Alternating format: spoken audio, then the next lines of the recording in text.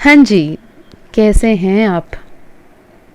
उम्मीद है आप बहुत खुश होंगे, बहुत सुकून से अपने जीवन में आगे बढ़ रहे होंगे और ये विश्वास के साथ आगे चल रहे होंगे कि वो परमात्मा, वो परमेश्वर, वो जगदम्बा जगत जननी आपके साथ है।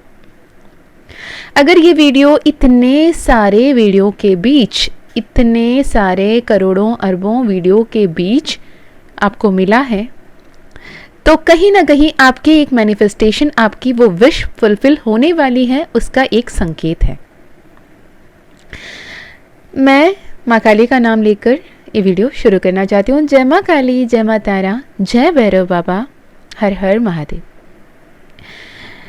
देखिए, एक बात है कि आप जानो या नहीं जानो, आप सोच समझकर चेतना के साथ वो काम करो या फिर अवचेतन मन के हिसाब से काम करो, कॉन्शियसली, सबकॉन्शियसली या अनकॉन्शियसली कुछ चीज़ें जो है ना वो अपने आप से होती रहती है।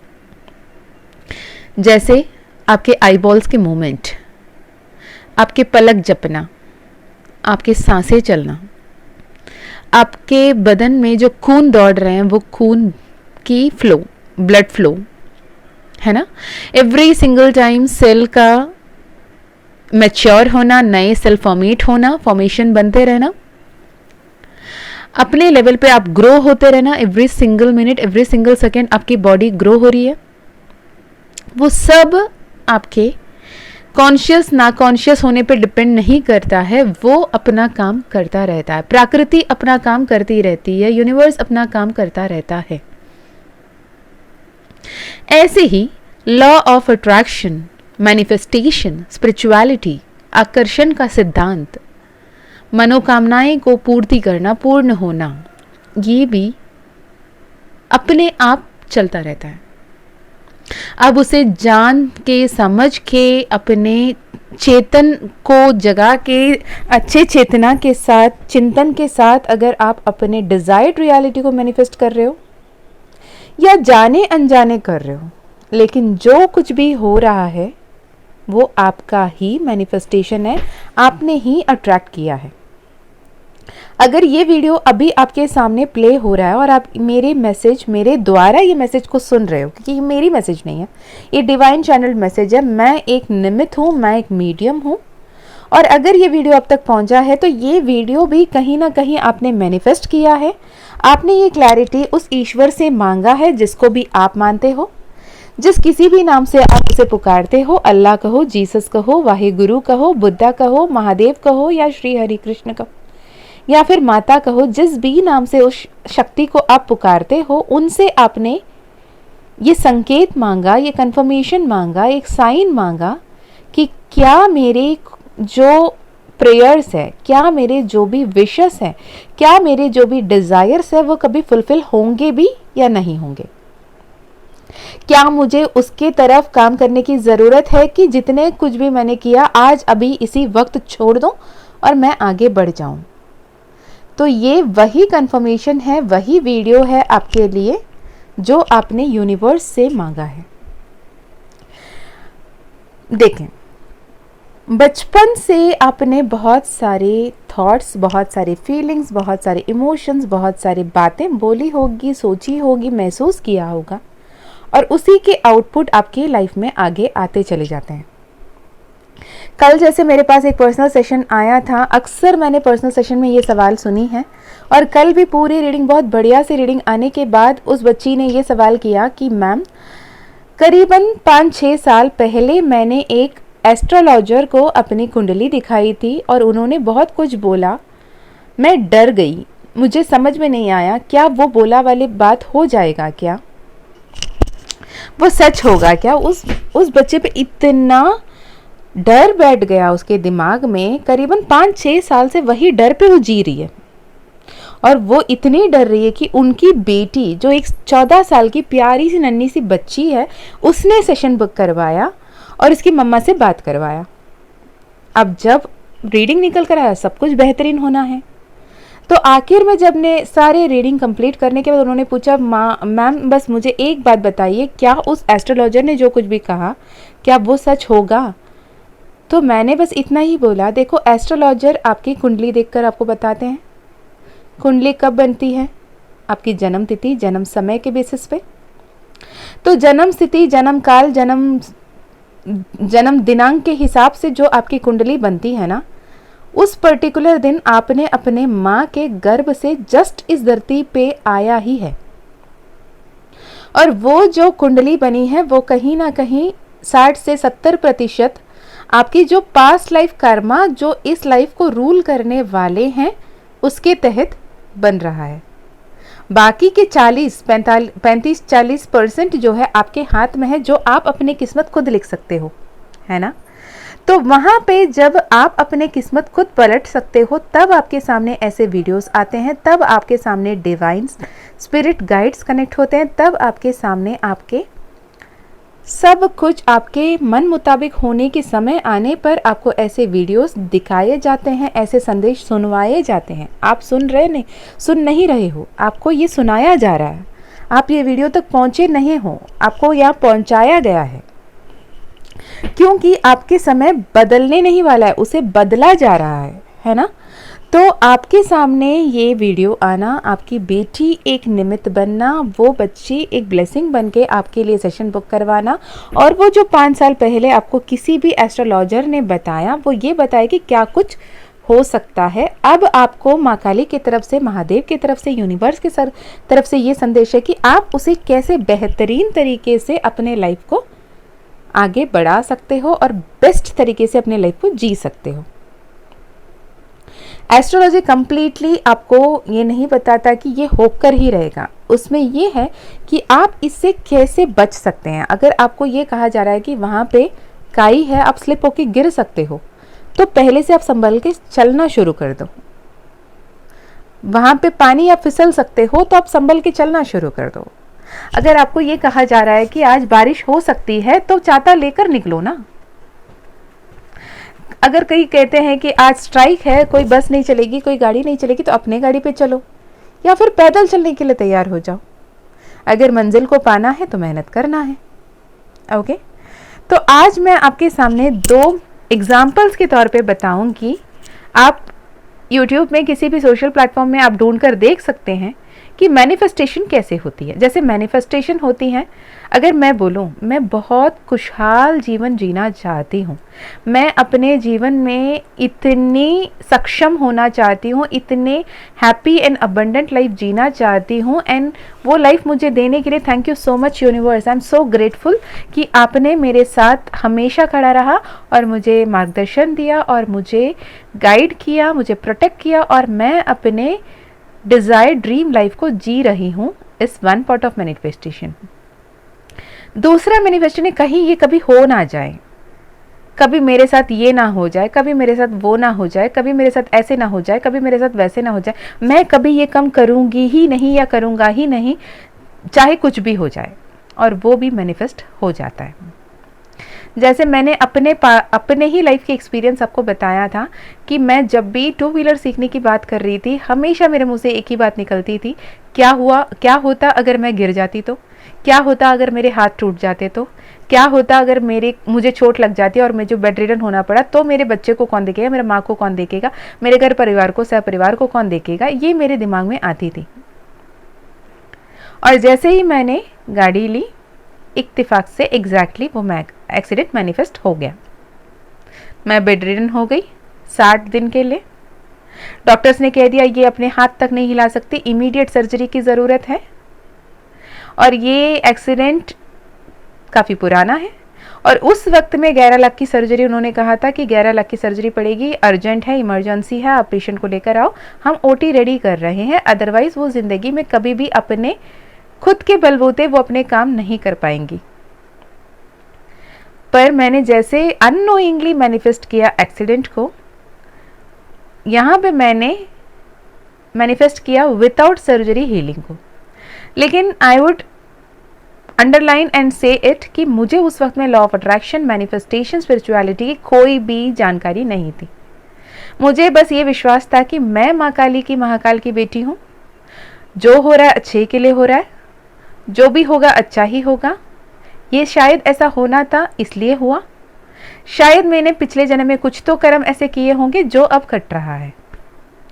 तो ये थॉट के साथ मैंने बस ये बोला, ज़िद्दीपना अड़ गई थी मैं कि मुझे सर्जरी नहीं करवाना, मैं अगर ईश्वर चाहे तो मैं ठीक हूँ, अगर ईश्वर ने नहीं चाहा, वो मुझे हमेशा के लिए वैसे मेरे हाथ को ख़राब करना ही वो चाहते हैं तो वो भी मंजूर है, ठीक है।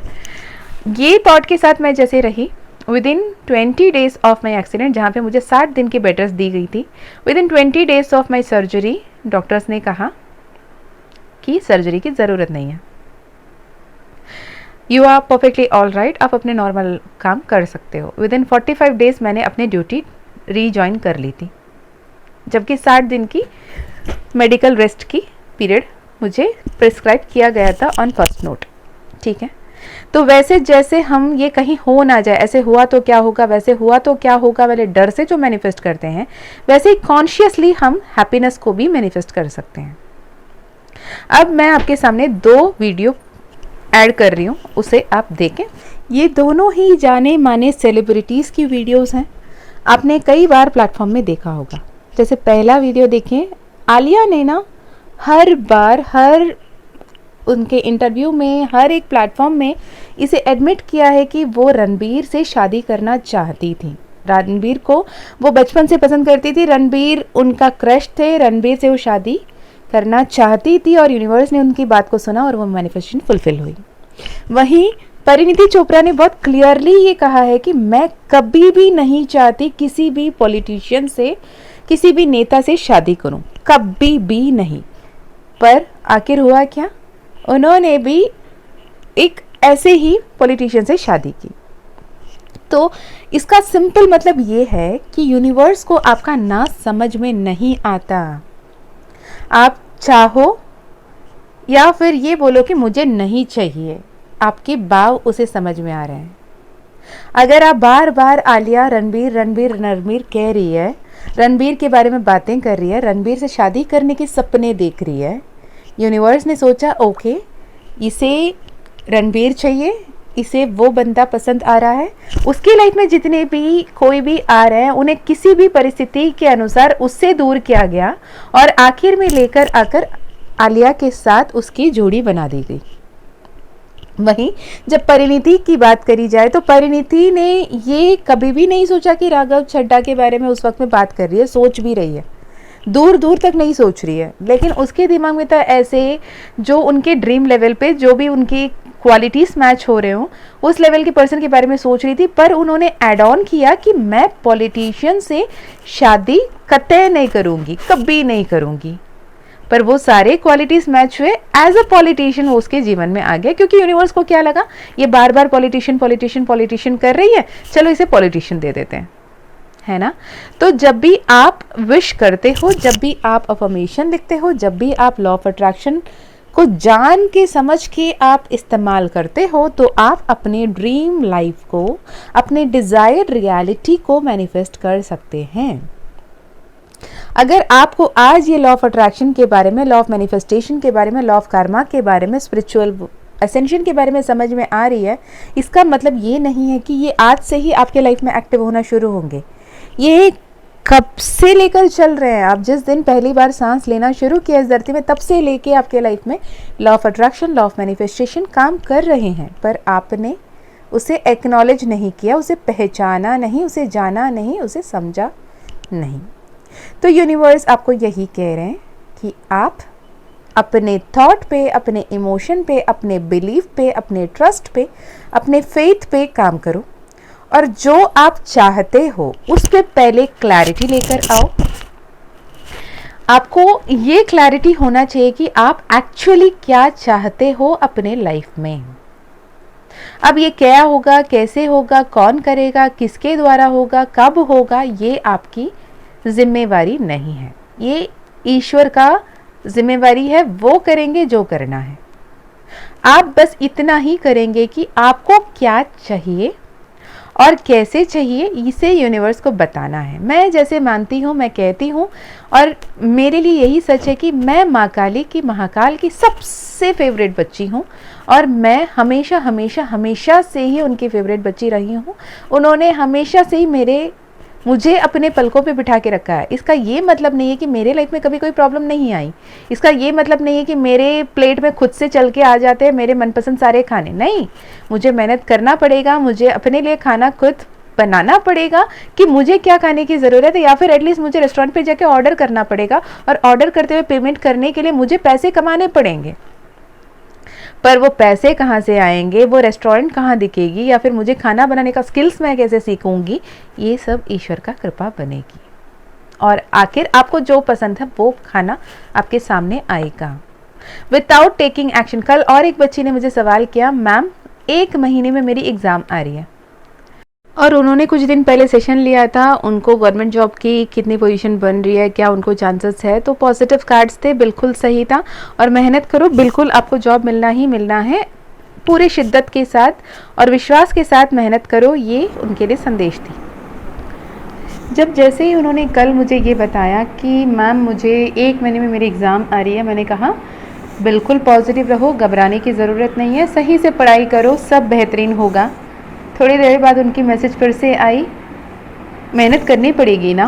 तो मैंने कहा ऑफ कोर्स मेहनत करनी पड़ेगी, जो खुद के लिए स्टेप लेता है, जो खुद को हेल्प करता है, ईश्वर भी उन्हीं की हेल्प करते हैं। तो फिर उन्होंने कहा मुझे तो ऐसा लगता था कि मिरेकल ऐसे ही हो जाते हैं, बिना पढ़े पास हो जाएंगे, मेहनत करनी पड़ेगी क्या? मेहनत ज़रूर करनी पड़ेगी, है ना। जैसे मैं एक वीडियो अभी और ऐड कर रही हूँ, उसे देखें। एक चिड़िया को भी ना पता है कि वो अपने आप के लिए एक घोंसला कैसे बनाना है, एक नेस्ट कैसे बनाना है, उसके अंदर अपने जो बच्चों को पालने के लिए किस लेवल पे वो घोंसला होनी चाहिए, उतना सिक्योरिटी और उतनी मेहनत से पहले नेस्ट बनाती हैं, उसके बाद ही उसके अंदर अंडे देती हैं। देखा कितनी मेहनत की है उस चिड़िया ने। इस एक गुआर के पेड़ पे, अमरूद के पेड़ में उन्होंने अपनी घोंसला बनाई और उसके अंदर वो सपना देख रही हैं कि उनके बच्चे आएंगे, है ना। तो वैसे ही हर एक मेहनत आपकी, हर एक कर्म आपकी गिनी जाती है। ऐसे नहीं है कि आपने कल को एक बीज बोया और आज के आज आपके पेड़ में फल फूल निकल आए और वो हो जाते हैं फल बड़े से बड़े और आज के आज आप खा लोगे, नहीं ना। जो आप ये पेड़ देख रहे हो मेरे गार्डन में, ये पेड़ को भी काफ़ी साल हुए लगे, अब इसमें फूल लगे हैं, फल निकल रहे हैं, और ये फल को भी बड़े होने में, पकने में वक्त लगेंगे।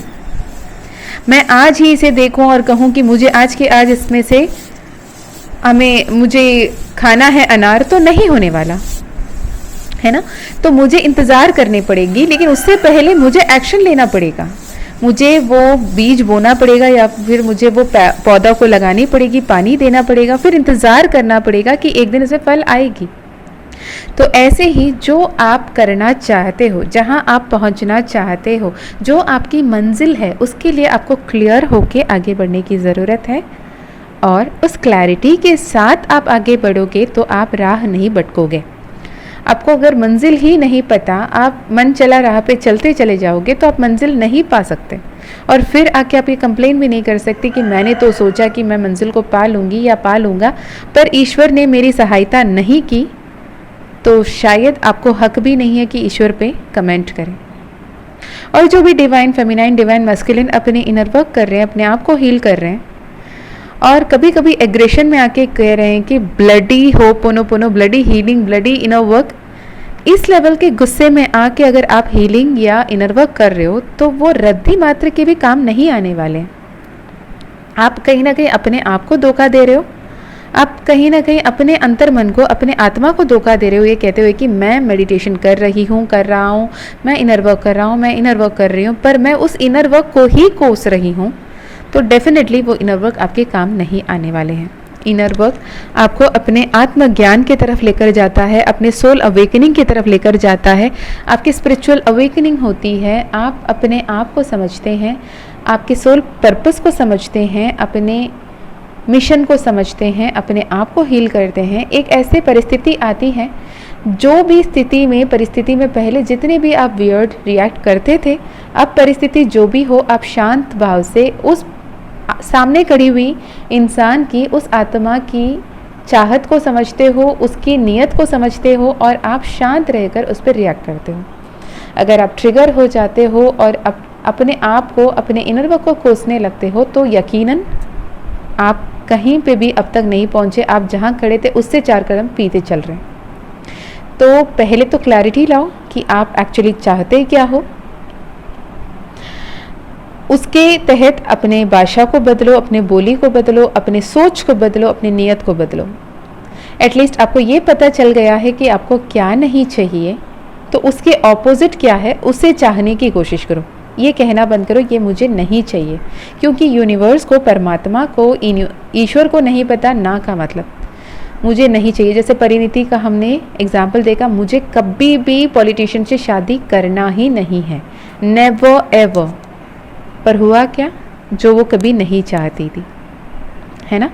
तो मैनिफेस्टेशन हर वक्त होता है, लॉ ऑफ अट्रैक्शन हर पल काम कर रही है, ईश्वर हर वक्त आपके आसपास है, universal energy, spirit guides, ancestors, ascended masters, divine spirits, great spirits आपके आसपास हैं। आपके हर एक जो मैनिफेस्टेशन है, आपके हर एक थॉट, आपके हर एक इमोशन काउंट हो रहे हैं। यूनिवर्स आपके बोली से ज़्यादा आपके भावनाओं को समझता है, आपके फीलिंग्स को समझता है, आपके एनर्जीज़ को समझता है, और आप जिस फ्रीक्वेंसी में वाइब्रेट कर रहे हो, जो कुछ आप ज़्यादा से ज़्यादा सोच रहे हो, वही आपको मिल रही होती है। अपने आप को समझें, आप जहाँ पहुँचना चाहते हो उसे समझें और एक क्लियर पिक्चर रख कर आगे बढ़ें। बहुत जल्द 11-11 पोर्टल आ रही है। वो 11-11 पोर्टल आपके लिए एक मिरेकल लेकर आ रही है और आपकी लाइफ में बहुत कुछ बेहतरीन ढंग से बदलने वाला है। बहुत सारे लोग छूट रहे हैं, बहुत सारे नए लोग आ रहे हैं, बहुत सारी परिस्थितियाँ बदल रही हैं, बहुत सारे नए न्यू बिगिनिंग्स आ रहे हैं। तो be ready, be happy, be proud of your self. And हमेशा ये ध्यान रखें कि आपके आसपास यूनिवर्सल एनर्जीज़ हैं, आप कभी भी अकेले नहीं हो, और आप जो कुछ भी सोच रहे हो, जो कुछ भी बोल रहे हो, जो कोई भी बातें को ध्यान में ला रहे हो और किस बात से डर रहे हो, वो सब हो रहा है। आप जिस भी स्थिति परिस्थिति में हो, वो आपके द्वारा मैनिफेस्टेड है, किसी की भी गलती नहीं है। ये सिर्फ और सिर्फ और सिर्फ आपके इंटेंशन, आपके थॉट, आपके भाषा की ही वजह से चल रही है। इस बात को समझ जाएं। एटलीस्ट फ्यूचर आप अपने मन मुताबिक क्रिएट कर सकते हैं, क्योंकि आप अपने जीवन के को क्रिएटर हो। ओके अगर आप काफ़ी दिन से स्पिरिचुअल असेंशन, स्पिरिचुअल अवेकनिंग की तरफ बढ़ रहे हो, आपके लाइफ में बहुत सारे कार्मिक पैटर्न्स रिपीट होती जा रही हैं, आप एक ही जैसे व्यक्ति को, एक ही जैसे इंसान को, एक ही जैसे रिलेशनशिप को, एक ही जैसे जॉब को, वैसे ही टॉक्सिसिटी को बार बार अट्रैक्ट करते चले जा रहे हो, तो कहीं ना कहीं आपकी एनर्जीज़ पे फोकस करने की ज़रूरत है, अपने आप को समझने की ज़रूरत है, और आप किस एनर्जी में हैं इसे फिल्टर करने की, आपके जो भी कंडीशनिंग हो रखी है, जो भी आपके वायरिंग हो रखी है आपके दिमाग के, उसे रीवायर करने की ज़रूरत है। ओके आप माँ काली का मानस मंथन future self ascension recorded course rewrite your own destiny within 11 days की एक सेशन कोर्स है with minimal energy exchange of 888। अगर आप चाहो वो आप कर सकते हैं। और अगर आपको personal session, personal healing, personal reading करानी है, तो डिस्क्रिप्शन में दिए गए ईमेल आईडी, व्हाट्सएप लिंक से भी आप कांटेक्ट कर सकते हो। मैं मीशा फिर मिलती हूँ आपसे और एक वीडियो में। तब तक अपना ध्यान रखिएगा, खुश रहिएगा, अच्छे अच्छे कर्म करते रहिएगा, अपनों का भी ध्यान रखिएगा। मैं आपके लिए भी प्रार्थना करती हूँ और माँ काली, माँ तारा से, महादेव से प्रार्थना करती हूँ कि आपकी हर एक मनोकामना, हर एक इच्छा बहुत जल्द पूर्ण हो। चलिए अपना ध्यान रखिए, खुश रहिए, अच्छे अच्छे कर्म करते रहिए। जय माँ काली, जय माँ तारा, जय भैरव बाबा, हर हर महादेव, हर हर Shankara. Bye bye, take care.